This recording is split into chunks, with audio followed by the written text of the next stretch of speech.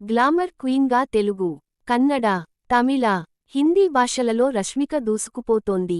అలాంటి రష్మిక తన కెరియర్లో తొలిసారిగా చేసిన రొమాంటిక్ కామెడీ హారర్ థ్రిల్లర్ సినిమానే థామా.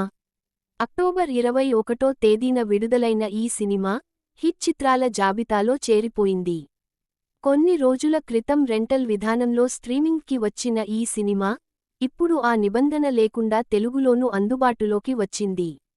కథ: ఢిల్లీలో అలోక్ ఆయుష్మాన్ ఖురానా జర్నలిస్ట్గా పనిచేస్తూ ఉంటాడు. రామ్ బజాజ్ గోయల్, పరేష్ రావెల్ దంపతుల ఒక్కగానొక్క కొడుకు అతను. ఒకసారి అతను తన టీంతో కలిసి ఫారెస్ట్ ఏరియాకి వెళతాడు.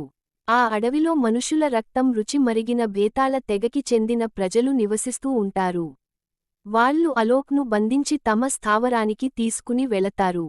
అతని ప్రాణాలు తీయడానికి వాళ్ళు ప్రయత్నించగా అదే తెగకి చెందిన తడ్కా రష్మిక అడ్డుపడుతుంది.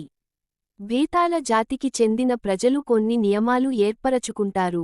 ఆ నియమాలను ఉల్లంఘించినవారు 100 ఏళ్లపాటు బందీగా చీకటి గుహలో శిక్షను అనుభవించవలసి ఉంటుంది.